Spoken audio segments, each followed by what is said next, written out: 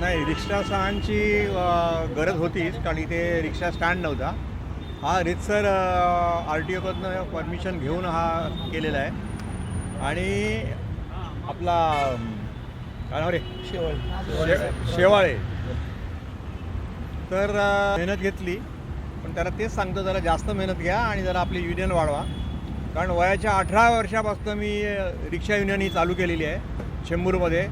आणि असं नाही की लोकांची कामं होत नाहीत, लोकांची कामं पण होतात. लोकांना, आपल्या रिक्षावाल्यांना सांगून ठेवलेलं आहे की बाबा प्रेमाने वागा लोकांबरोबर. कुठची वस्तू राहिली तर ती रिक्षा युनियनमध्ये आणून ठेवा. पण आता सध्या युनियनचं ऑफिस इथे नाही आहे, घाटकोपरला शिफ्ट झालं आहे. त्यामुळे त्यांना सांगितलं घेऊन ठेवा, कधी कोणी आलं बाबा हरवलं ही वस्तू तर ती त्यांना परत द्या. हे बघा, हे आमचे किती जुने आहेत बघा. इथे हे रे, इथे बाजूला उभा राहा, हा सगळ्यात आमचा जुना. आणि हे मामा,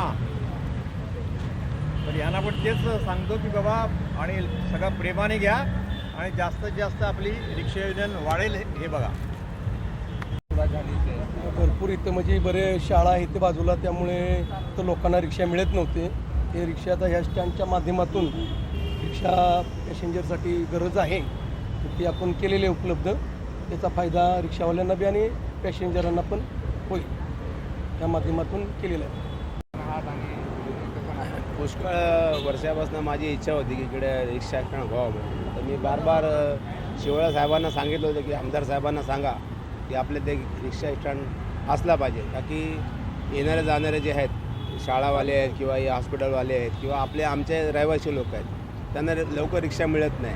तर त्यासाठी ते एक स्टँड व्हावा ही माझी इच्छा होती. यांना मी सांगितलं होतं, यांनी भाऊला सांगून या जे रिक्षा स्टँड जे केलेलं आहे त्यासाठी मी भाऊचा बहुत एकदम आभारी आहे.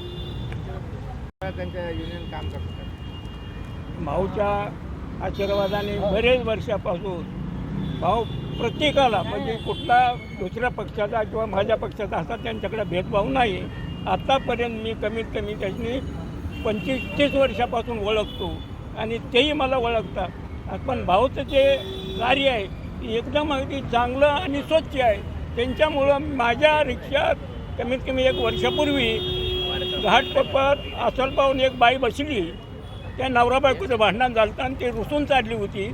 त्या पिशवीमध्ये 2 मुलं तिच्या संग होती आणि त्या अंगावरचं डाग काढून त्या पिशवीत भरलं आणि घाटकोपर स्टेशनला उतरली आणि ती मुलंच घेऊन गेली. ती मागं पिशवी टाकलेली तिनं बघितली नाही आणि मीच बघितली नाही.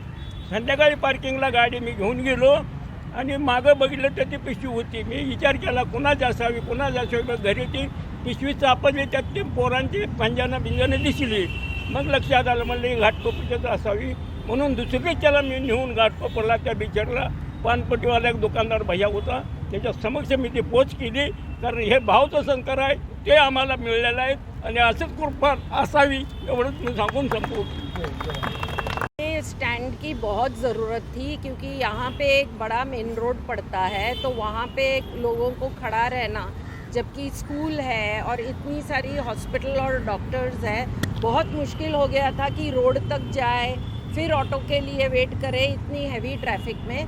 तो इसकी वजह से मरीज़ों को और बच्चों को बहुत सुविधा होगी. Thank you. धन्यवाद.